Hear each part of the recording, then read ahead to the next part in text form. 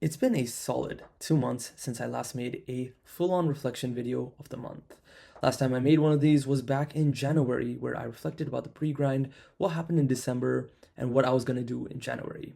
Now, there were a lot of things that happened, REU applications, as well as finding research, medical assisting job, etc., which caused a lot of derails to the initial plan. And so I decided to make January and February 1 month, and this is my mega reflection of what's been going on.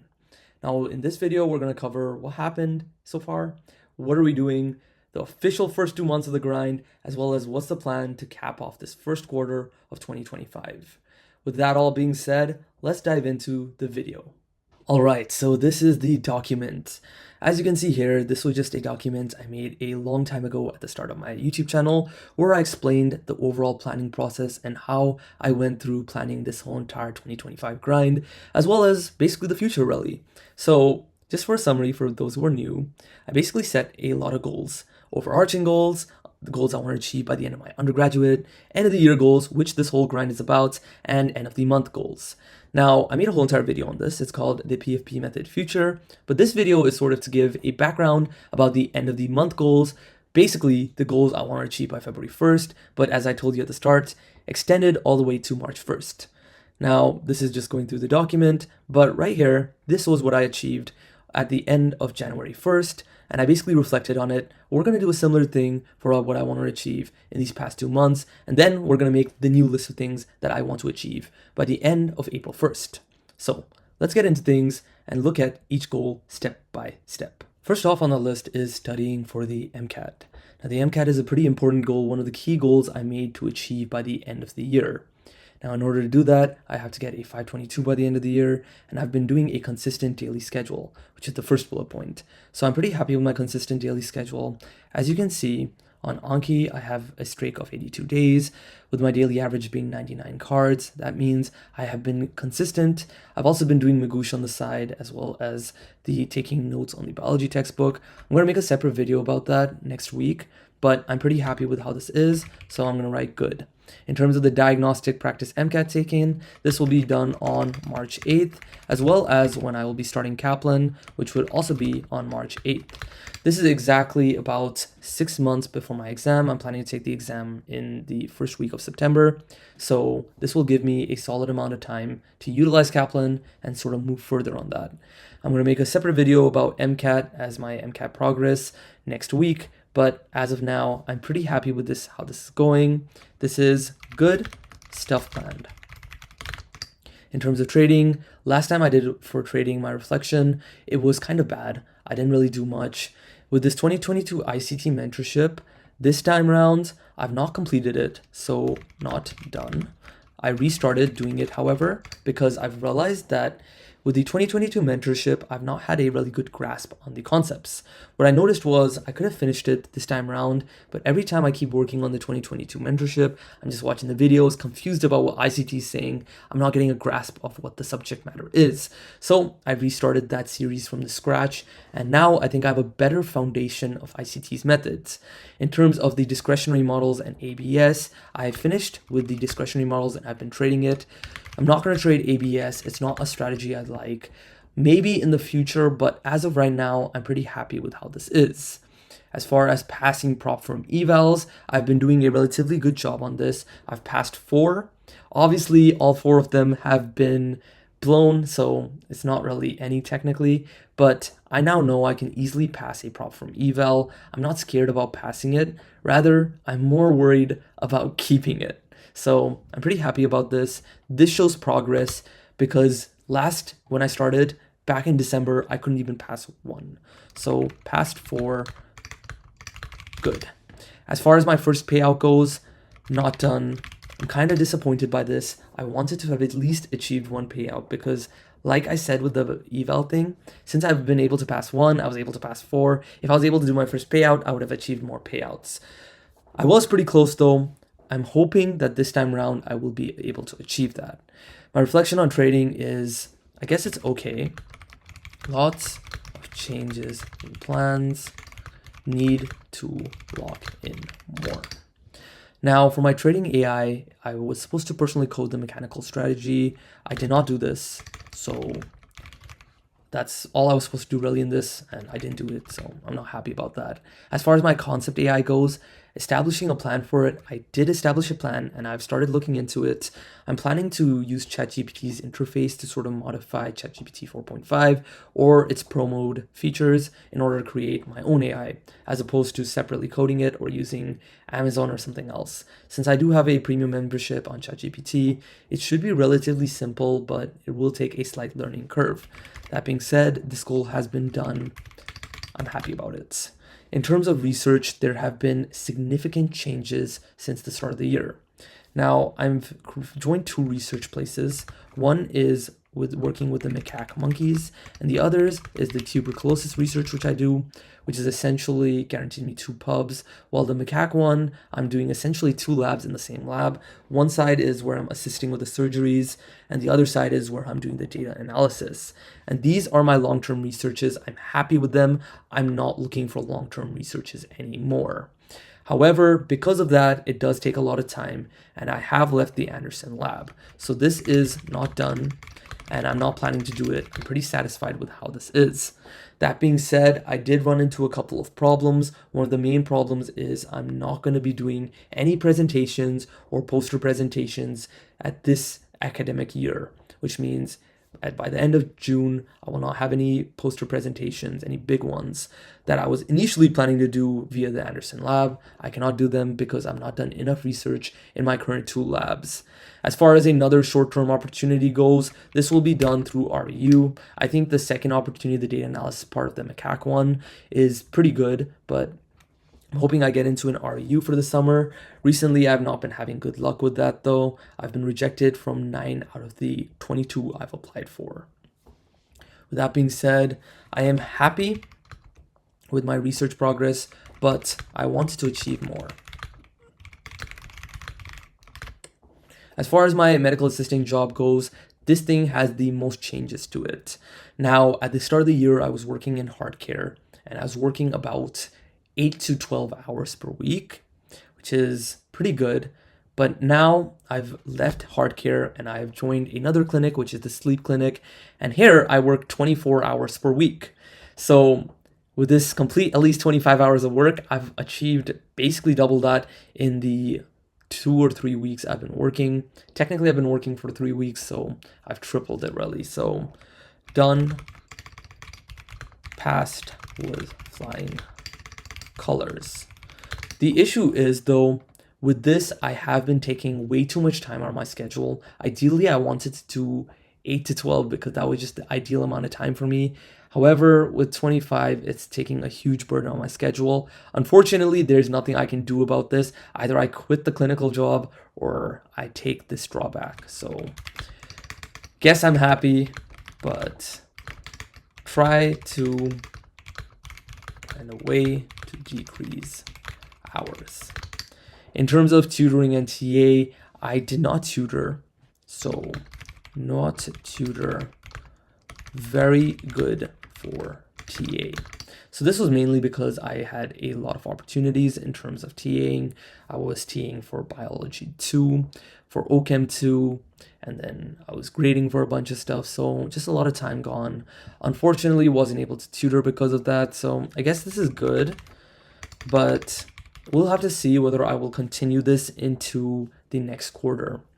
As far as shadowing goes, I was supposed to start the shadowing of neurosurgery, started 1 session. I wasn't able to do multiple sessions because then I started medical assisting and I just didn't have the time. As far as keep urology shadowing, not done. I did not shadow at all in urology. Once again, no time, so I would say this is bad. I would have hoped to do more shadowing, but there simply isn't any time, and I need to have a huge block in my day at a time the doctor's free, and quite honestly, that's not been working out. In terms of YouTube, I have continued the 2025 grind. As you can see, there has been a video posted for every single day of this grind. In terms of the shadowing series though, I did not do that. I've not started that. I'm planning to do that on, let's see, I will do the MCAT videos next week. So the week after that, I will probably do the shadowing series. I'm going to put not done for now. I'm going to continue this goal into the next video or the next portion of this video. So okay on this one. As far as classes go, 4.0s in all subjects. Now we're approaching final season, so there's a chance for this to not happen. However, as of right now, I'm sitting at like 99%, 100% in all my classes. So this is looking good. I'm pretty satisfied with how this is. So I'd say this is good. We'll have to see though. For this month, I kind of have to lock into my classes. In terms of gym, I've been working out 6 days per week. I basically work out Sunday, Monday, Tuesday, Wednesday, Thursday, Friday, and I skip Saturday because I need a break. But the reason I've shifted this from 4 days to 6 days is because whenever I work out, it feels like I get a nice break in the middle, and this has been really good for me, so I decided to increase it. I've also got a little bit more fit. Maybe you can see it, maybe you can't, but I'm pretty happy about this one. So that's looking good. Overall, I'm pretty much okay with what's been achieved. There could have been definitely a little bit more work in trading. I'm kind of upset about that. But as far as the rest goes, I think it was kind of inevitable how things went. I definitely could have made one shadowing video. I mean, there were some things I could have easily done. It'll only take like a couple of hours and I just sort of forgot and didn't do them.